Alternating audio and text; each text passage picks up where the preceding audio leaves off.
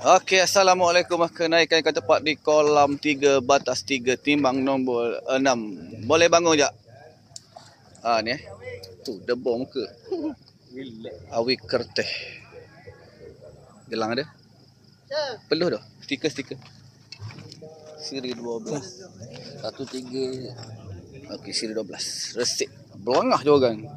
Oh, minyak haji. Okey, nombor joran 1380. Siri yang ke-12 berat ikan tempat 2925 timbang 6. Betul? Betul? Kelabu. Okey, betul. Okey. Kanan lulus. Lunco. Okey, Assalamualaikum.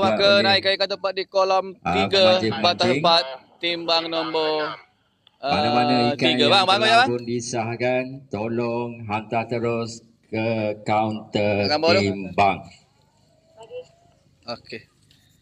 Gelang ada? Ikan Stiker. 2925 nombor joran 1380. Mana? Nombor joran?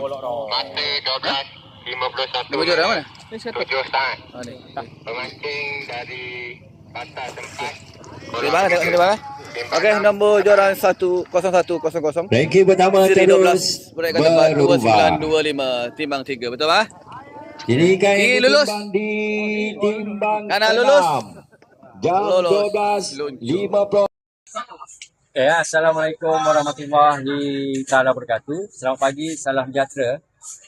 Untuk siri ke-12, untuk siri ke-12 dengan baikan ditandingkan 2.925. Kita ada 16 ekor tangkapan tepat yang dipertandingkan. Ini adalah juara kita. Ikan ditimbang pada jam 12.51 minit 7 saat. Nombor joran 1382.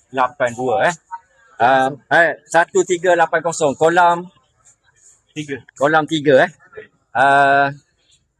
Cukup. Umpan macam biasa.